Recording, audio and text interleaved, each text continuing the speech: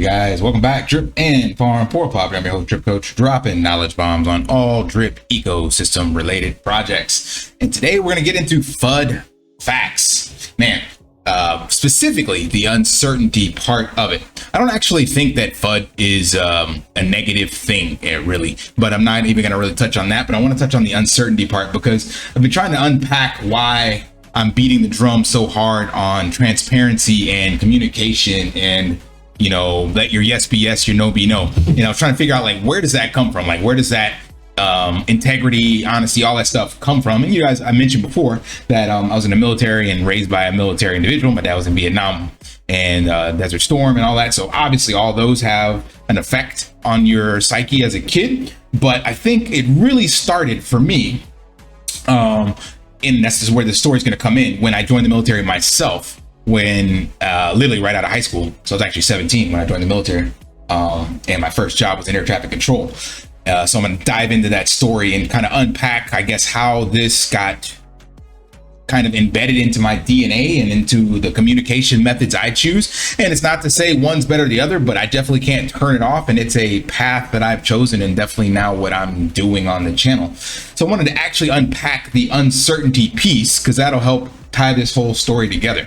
So when in doubt, you know, Google it out and find out. So uncertainty, a situation in which something is not known or something that is not known or certain. So nothing is ever decided and all the uncertainty is very bad for staff morale. Definitely agree with that. And we can see that within the space. But we're going to unpack some of this. So where you have a situation where something is not known or something that is not known or certain. But in order to figure out that, we got to look at the word certainty. So having no doubt or knowing exactly that something is true or known to be true, correct, exact, or effective. That's certain. And then we have certainty, which is something that cannot be doubted, the state of being completely confident and having no doubt about something.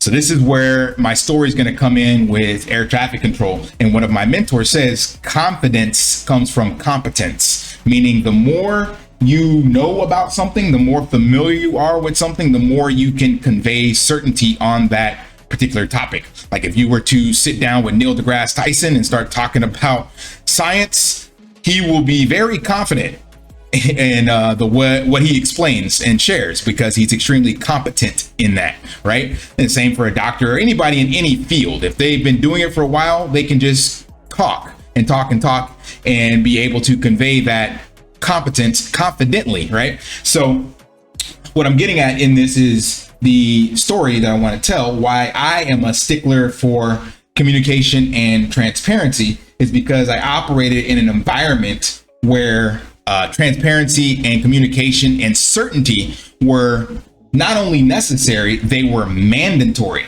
And mandatory because without them, you actually would have a loss of millions of dollars and a loss of lives at stake. And there was no do-overs, there was no pause, there was no let me take time to assess the situation. Things were happening extremely fast-paced, and you had to act accordingly. And you also had to ensure that you had the big picture, meaning everyone else within the team had to convey messages with certainty and confidence as well and update you in real time. So what am I talking about? Well, in my previous days, I was an air traffic controller in the United States Air Force, specifically at Nellis Air Force Base, which is home to Red Flag.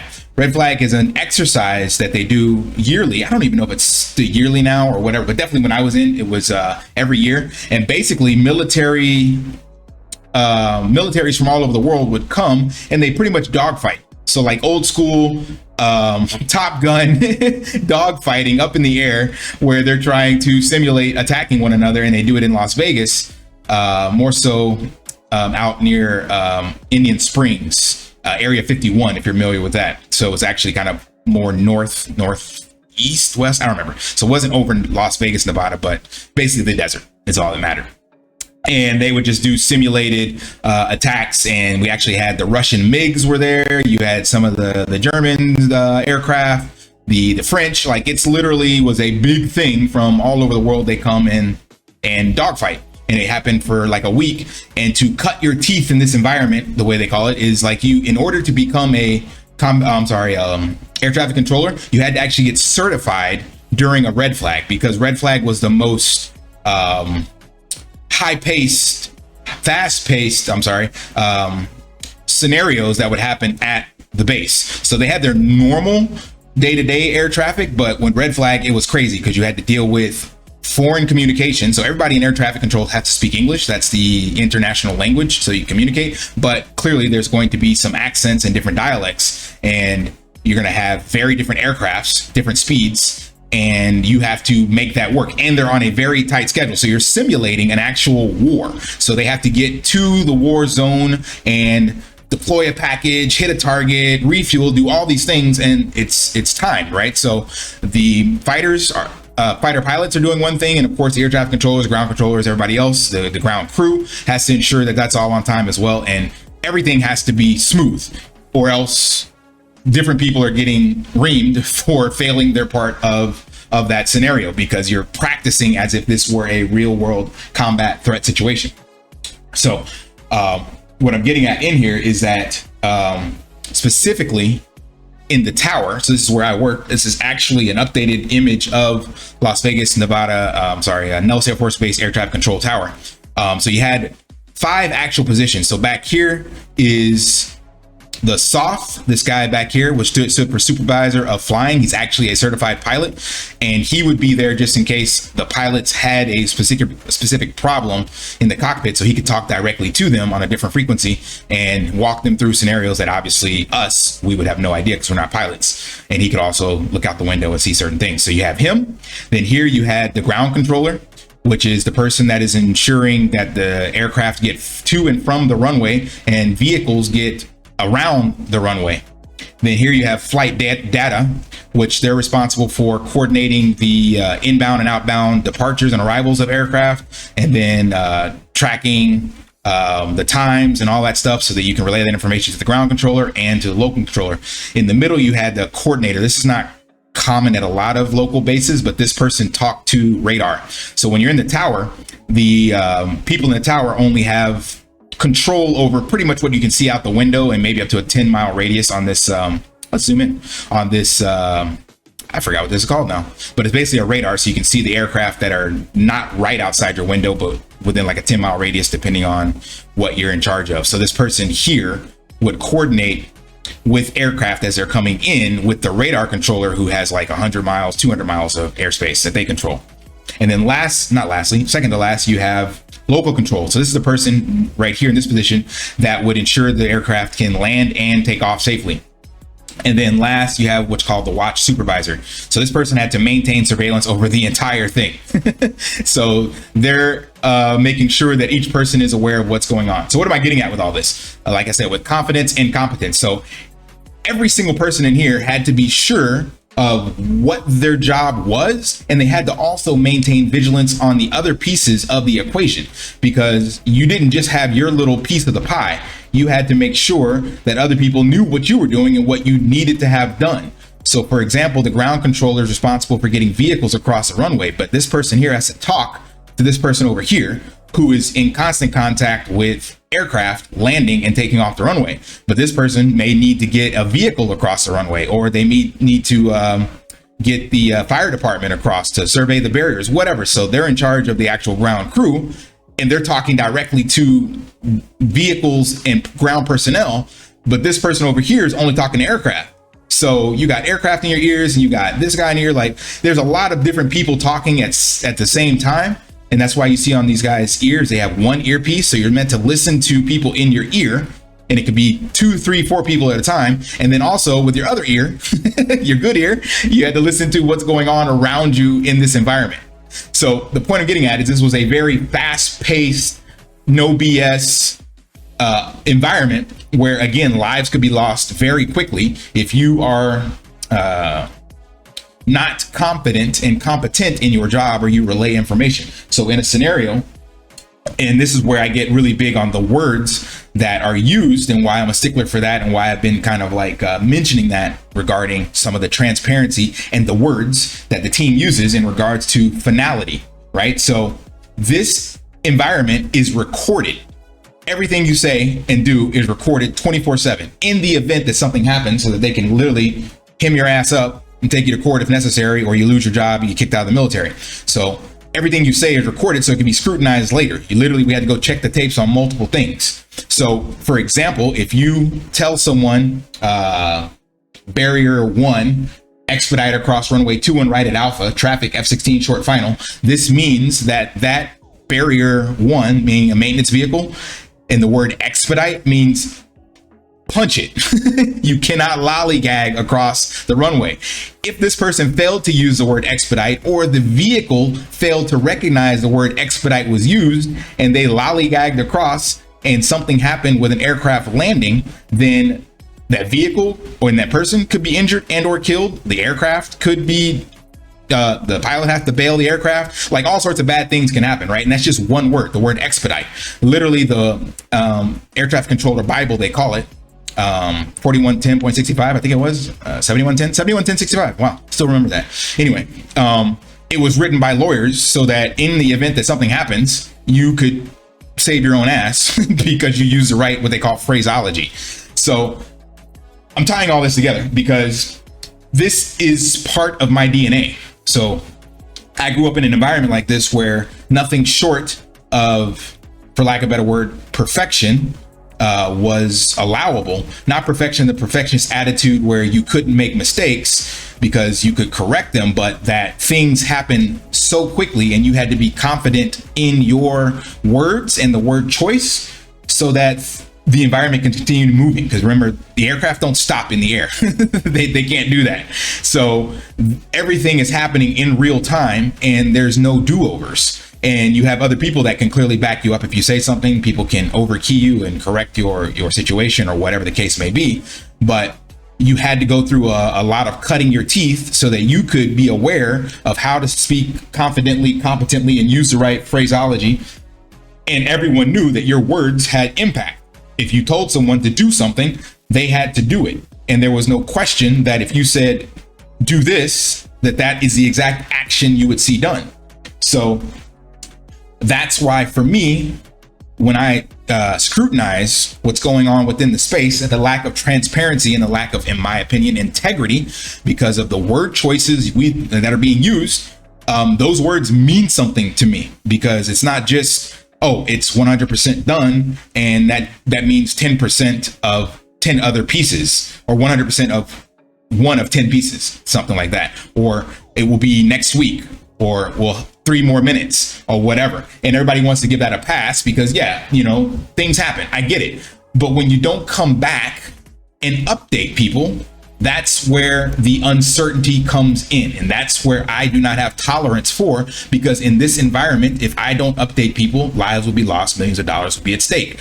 So I didn't get a pass here. So I've grown up with that stickler to detail and that kind of cutting of my teeth, like I said, that shaped me to where I don't tolerate anything outside of that. Let your yes be yes, your no be no, because this environment didn't allow for that flexibility. I know everybody else did not grow up that way. So this is just literally me showing you, where my thought process comes from and how it's become a part of who I am and why I do what I do. So it's neither right nor wrong. Everybody is entitled to their way of approaching the world. That's the beauty of 8 billion different viewpoints. But I am pushing for one like this. So in the space and in the crypto, DeFi, and degen vision that I have, there's more transparency, there's more updates, there's more integrity. That's the vision I have that I want to produce. And it comes from this, because everyone here communicated openly,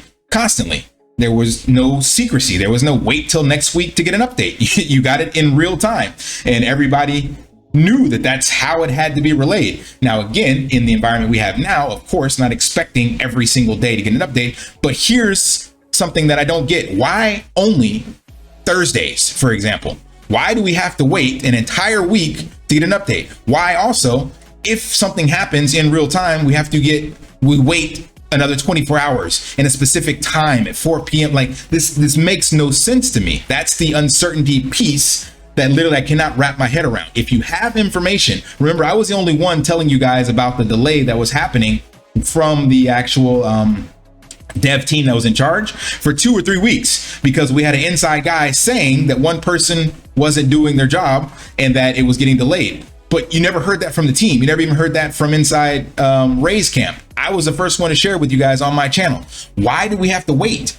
That I don't get that piece. That's the part that upsets me and a lot of you that follow my channel. So to me, when things are happening in real time, you can literally put out a tweet like he's in meetings all day, every day or whatever. Then at the end of the day, be like, cool, I had 6 meetings. Here's 2 sentences to tell you what we did today. Like, how much better would that be for the community if we could get some kind of update? We got the YouTube channel and we can't get anything on that consistently. He's got a Twitter. We can't get anything on that consistently. He wants to be in the chats. Cool. But how come the project manager or somebody can't get a update on a semi-frequently basis and not wait for once a week for a VC? Like, it just makes no sense. That's the part, again, from my environment that was not tolerable. You couldn't just wait until the end of the shift to share some information or tell them next Tuesday, I'll give you an update on why that aircraft, crashed. No, it had to be relayed immediately. And flawless communication is what made this function like a well-oiled machine, so that you could have execution on a bigger level.